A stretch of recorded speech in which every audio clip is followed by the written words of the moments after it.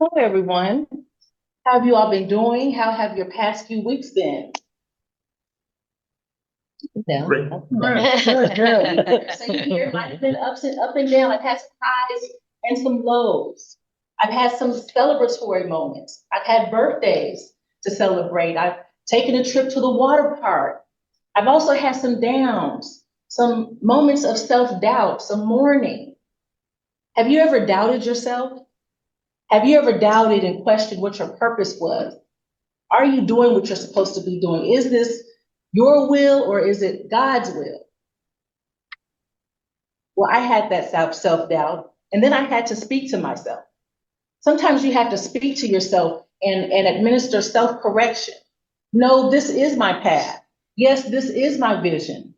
I may not know every single step that is needed to get there, but as long as I take small steps, I will find out along the way. There will be room for correction. There will be room for error. I have to leave room for grace. So I had to talk myself out of it. I had to speak to myself. Self-correction. Now, let me ask you this.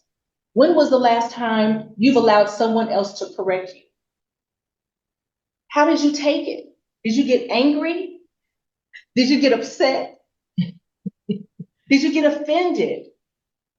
Or were you understanding? Did you leave room for correction? Did you actually explain to them, no, you're misunderstanding me? We need more of that. We need more self-correction. We need to be allowing of others to correct us. This made me think of my grandmother. I was blessed to have 3 grandmothers. And all of them, they loved me, they spoiled me, they took care of me. They also corrected me. As a child, do you want to be corrected? No, you don't, but it's necessary. It's necessary. Sit up straight. Watch your posture. Watch your mouth. Wash your hands. These are all things grandparents and parents say, right? They aren't always perfect. They give us grace. And just like they correct us, we give them grace. We allow them to make their errors. They didn't make the same food that maybe our parents made, or they didn't say our name correctly. My grandmother would say Kimley instead of Kimberly, and it would irritate me, but I gave them grace because that was my grandmother. At this time, I would like everybody on Zoom to unmute for a second. Everybody in the room and everyone on Zoom, I would like for you all to say your grandmother's name on the count of 3. I'm really tired. 1, 1, 2, 3.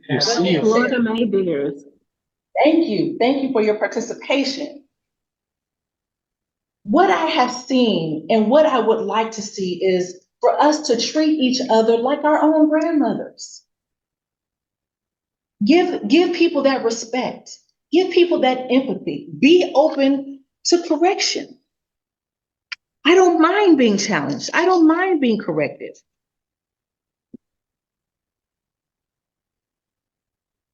Our grandmothers had standards. They had standards.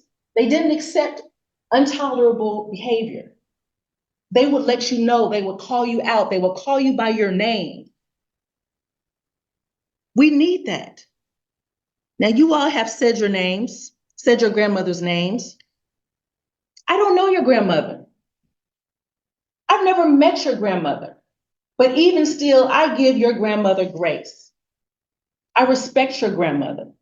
Just the other day, I was driving and this older lady smashed out of the Walgreens parking lot into the main street. She almost hit me. I mashed on the brakes, but I didn't scream at her. I didn't yell at her. I didn't get out the car and try to fight her. I gave her grace. I said, would you look at someone's grandmother?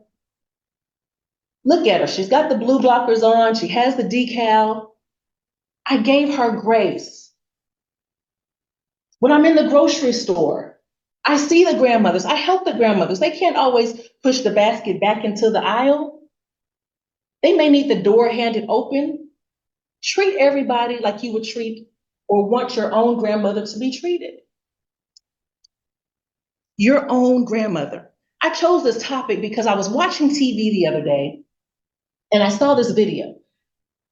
And I don't watch with the volume on. A lot of times it's on mute. So all I could see was actions. And this lady reminded me of my grandmother. She had a duster on, which is like a house coat that you just walk around the house in. And as I was watching, she was sitting on the sofa and she gave this look of questioning, this look of, what is that? I feel something, I see something. Something doesn't feel right. Just like when you were too quiet in your room and your grandmother had to come and check on you because you were probably up to no good, up to doing something you shouldn't have been doing. She gave that look. And so just like we all make mistakes, I'm talking about the grandmothers that made some mistakes, I made a mistake too in this speech. I was asked for the title of the speech and I said, your own grandmother. That was before I had all the facts. That was before I did my research. You see, the woman that I was looking at on TV, she wasn't a grandmother, she was a mother. She was a mother of two. Her name is Sonya Massey. She was sitting on her sofa. When I saw, from the video I saw, she called for assistance. She needed help. Two men arrived. I won't go into titles because titles can be misleading. Two men arrived that she was offering to look for help. And in this moment that I saw originally without the sound on, she looked like she didn't understand what was going on. She felt something. But when I turned the volume on, I knew that she was on the phone with the dispatcher, not wanting them to get off the phone. She asked them to stay on the phone. She also asked this gentleman to pass her Bible. How are you asking for help? Two men arrive and you're sitting on your sofa and you ask for your Bible to be passed to you.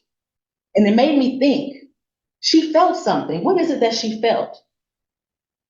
And in speaking to them, I guess one of them saw that there was something on the stove. So she went to go retrieve it. If I was a pastor, I would say, it's not always about the fire, it's about the water. If I was a pastor, I would say, I need a little bit more time.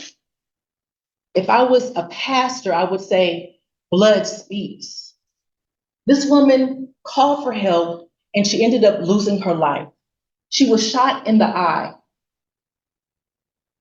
She was shot in the eye by this man whose partner wanted to go get assistance, wanted to be able to treat her, but said, no, she's done. Like she was a steak.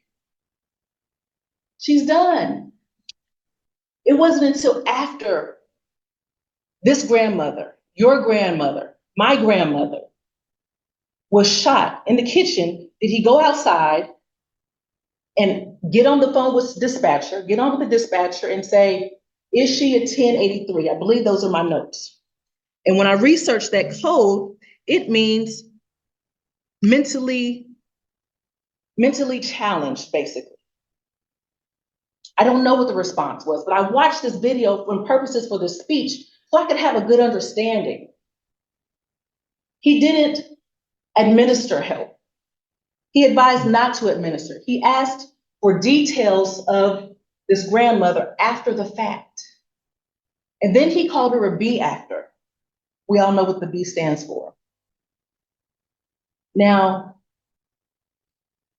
I know this isn't the moment that the speeches are supposed to be sad or questioning, but who would I be? If I say that I am here to work on my speech, if I say that I'm a speaker and I promote social wellness and I want to be inspirational and empowering, how could I not talk about this subject? You see, Sonya Massey was not a grandmother. She was a mother of two, but guess what? Grandmothers were once mothers, were once daughters. So we have to learn to treat people how we want to be treated. How can I not talk about it if my whole motto, my whole mission, my whole name that I say stands for karma, intuition, mindfulness, Kim, means treat people how you want to be treated. Use your intuition, your discernment as your guide, and be mindful, extend empathy and grace. Who would I be without speaking about this? In the end, this speech is about talking about positivity, what's positive, reflecting back over these past 2 weeks, talking about 3 things I'm grateful for, which I said were my grandparents, because I had 3 of them, 3 grandmothers. And for what behaviors to change. I'm expecting everyone, I would love for everyone to treat each other as you would treat your own grandmother.